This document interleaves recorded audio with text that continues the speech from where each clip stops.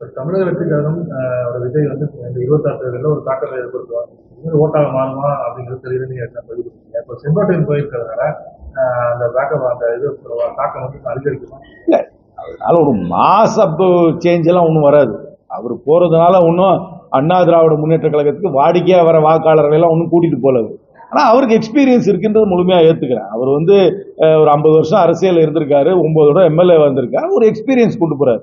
Experience வந்து அவரோட experience வந்து டெஃபினட்டா இந்த ஆர்கனைசேஷனுக்கு ஒரு பிளஸ் தான். ஏன்னா இந்த ஆர்கனைசேஷன்ல எக்ஸ்பீரியன்ஸான ஆட்கள் யாருமே கிடையாது. தேர்தலை சந்தித்து வெற்றி அடைந்து ஒரு அமைப்பை உருவாக்குனவங்க எல்லாம் யாரும் கிடையாது.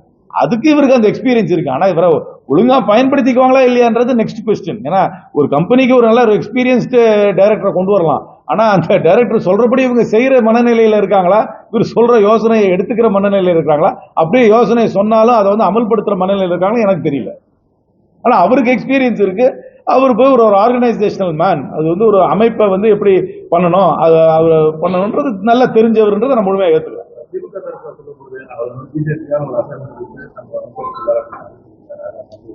அது எனக்கு தெரியாது. அவர் என்ன அவருக்கு அண்ணா வந்து டெஃபினட்டா அதிமுகவுக்கு ஒரு மைனஸ். ஏன்னா ஒரு எக்ஸ்பீரியன்ஸ் ஒரு பகுதியிலேருந்து போறாரு.